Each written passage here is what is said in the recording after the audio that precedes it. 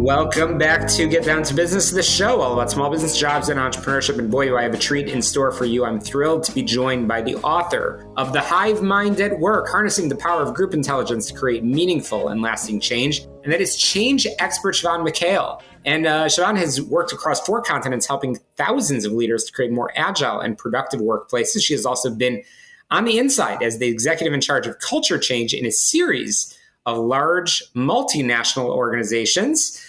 Super excited for this conversation. Thank you so much for joining us, Siobhan. Welcome to the program. Thank you. It's great to be here today, Shalom. Absolutely. So hive mind and group intelligence, we're going to talk all about these things. But Siobhan, how did your fascination with bees lead you to study group intelligence and its application in the workplace? Yeah, as a child growing up in a village called Fenay in Ireland, I was fascinated by the bees as they swarmed in the orchard of my family's farm. And this fascination with natural ecosystems led me to study group ecosystems or human ecosystems, and to study organizational psychology, to go on to a decade as a management consultant, and then to the second half of my career, which was, as you mentioned, an insider or the executive in charge of change in a series of international firms. So that's the summary, Shalom. I love it. And so many of our listeners are familiar with the terms IQ, individual intelligence, EQ, emotional intelligence, but you have talked about the concept of group intelligence. Can you explain it to us, and why is group intelligence more effective in bringing about workplace change than traditional approaches? Yeah, so I say often that in a sea of change, we are drowning, Shalom, and that IQ and EQ are necessary but not sufficient for the complexity we face in our workplaces today. So group intelligence is really the ability to understand how groups function and to help groups or enable them to deliver work, to grow and to adapt to changes. So we need that intelligence as well in our organizations today. Absolutely. So let's talk about bees and workplace change. What are some of the key lessons we can learn from how bees operate that can be applied to workplace teams? Yeah, so one of the things bees do is they focus on role. So, for example, in the hive, you have the foragers who collect the nectar and the honey for the hive. You have the protectors of the hive. You have the cleaners that make the hive one of the most sterile environments in nature. You have the nurses. And we can learn a lot from the bees in terms of how we need to reframe our roles during change. And often we're taught that our personality governs our behavior, but in actual fact, our role influences our behavior in a way that is just as powerful as personality. I love it. Again, I am chatting with the author of a brand new book. It's called The Hive Mind at Work, Harnessing the Power of Group Intelligence to Create Meaningful and Lasting Change. And that's Siobhan McHale. And Siobhan, this is fascinating stuff over here. But bottom line, why do so many workplace change efforts fail to deliver the desired results? I think as managers, we are taught to be functional experts. So a marketing manager can create a launch plan for a new product. An engineer can create or design a bridge that spans a wide river. A finance manager can create a departmental budget. But ask these functional experts to bring about change in human ecosystems or groups, and you often draw a blank face because they haven't been taught about what I talk about in The Hive Mind at Work, the 9 laws of group dynamics, or the 4 steps to bring about change in groups faster and with less noise. Absolutely. And bottom line, Siobhan, I mean, there's so much that's so complex about our world in general, and that's the understatement of the century, but the workplace. And I know it's super important to our listeners, the small business environment. What skills do you see are the most essential for leaders and employees to navigate change in today's complex world environment? Yeah, one of the things I talk about is the first step in change is to look beyond the obvious. So look beyond the presenting problem that you have and see what are the patterns underneath that. An example of this was at the ANZ Bank, where when I walked in, the executives had just undergone restructuring, but that had taken them backwards. We needed to see the big pattern that was running the bank, which was what I call the order taker pattern, where head office were delivering instructions to the 700 branches about how to do their jobs.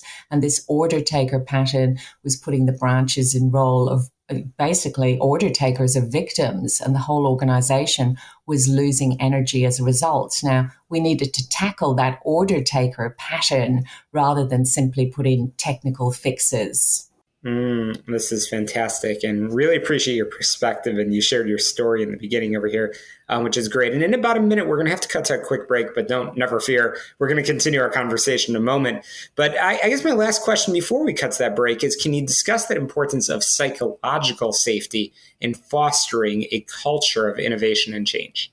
Sure. I think in any culture of innovation and change, you need to ensure that you're really looking out for one of the 9 laws of group dynamics, which is the law of multiple perspectives. In order to get the best change, you need to be tapping into multiple perspectives in the group. And in order to tap into those perspectives, you need people to feel safe to express those views and to be able to speak up freely. So the best change comes about when you get those multiple perspectives. So true. Again, we're going to be back in just a moment with the author of The Hive Mind at Work, Harnessing the Power of Group Intelligence to Create Meaningful and Lasting Change. That's change expert Siobhan McHale. Again, we'll be right back after a quick break here on the show all about small business, jobs, and entrepreneurship.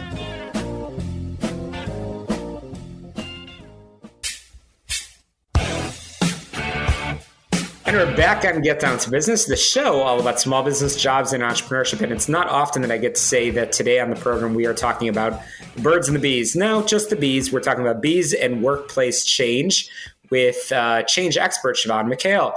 And Siobhan, it really is a great book, and it is a fascinating title, The Hive Mind at Work. Can you elaborate on the key principles and strategies outlined in this fantastic read?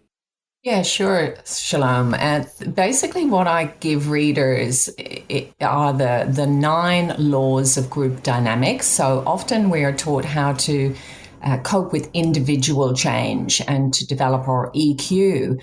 But EQ is not enough these days. You need to understand how groups operate and how to navigate in complexity. So it gives you the 9 laws of group dynamics and also the 4 steps in order to bring about successful change in small or large businesses. So 4 key steps in order to do that. Absolutely. Can you share any specific case studies of organizations that have successfully implemented your approach to workplace change? So one of the big ones I was involved in as the head of change was the ANZ Bank, which has over 32,000 staff. And when I joined, the bank was the worst performing bank in the country. 7 years later, it was the number 1 bank in the country and also the number 1 bank on the Dow Jones Sustainability Index. So we turned around customer satisfaction, employee engagement, cost to serve, a whole lot of metrics, including the financials. The profits had doubled and the share price had trebled during that time. So an incredible turnaround, employing some of these principles of group intelligence or GQ. That's great. That's fantastic. So, Siobhan, what would you say is the number 1 homework assignment, if you will, that our listeners can put into practice in the week ahead? We don't want to share all the secrets of the book. What can they do before their copy arrives in the mail? Yeah, the first thing you can do is the first step is to look beyond the obvious in your workplace and see what are the patterns that are really governing how your workplace operates. And often it's like a spider's web and you're trying to bring about change, but you look to the left, you see customer issues, you look to the right, you see employee issues, you look up above, there's a quality issue, and down below there's escalating safety incidents. But actually, It's not a mess, a complicated mess. It's usually a pattern that's governing the workplace that you need to discover. And I give you ways to do that. A bit like in the ANZ Bank, the order taker pattern was running the organization. See the patterns and you've got the key to change. I love it. Well, that's all we have time for today. And the most important homework assignment is, of course, how folks can pick up a copy of this book, The Hive Mind at Work, Harnessing the Power of Group Intelligence to Create Meaningful and Lasting Change. Of course, I want to make sure our listeners can get in touch with you. How can they do that? The best way of getting hold of the book is through all of your online stores like Amazon, your favorite places online, or it's in the local bookstores as well. And the best place to get in touch with me is on LinkedIn. You can follow me on LinkedIn and I post regularly there. Oh, fantastic. Well, Siobhan, thank you so much for sharing your passion, your expertise. Great read. And certainly you are the best representative of this really interesting approach. So really appreciate you coming on and inspiring us with those lessons. I look forward to having you back on. And what a week we've had on the program. We've had a great lineup of guests talking all about small business, jobs, and entrepreneurship. You can get in touch with them through our show notes, which are posted weekly on my website at syklein.com, or of course in your favorite podcast app. But do me a favor, subscribe, rate, review, and share. Just search for Get Down to Business again on your favorite podcast app. We are powered by a good friend, Tom Mirabali, independent agent for all things health insurance and the Affordable Care Act. You can reach him at 630-863-3477, 630-863-3477, or his website, healthplanchicago.com. And of course, for all of your real estate needs, be sure to contact Laura Catchabone-Therese at Coldwell Banker Stratford Place. Again, a great lineup this week, and we'll be back next Sunday with a lot more great guests. You don't want to miss a single episode. We'll see you right back here on AM 560, The Answer to Success. Let's get down to business.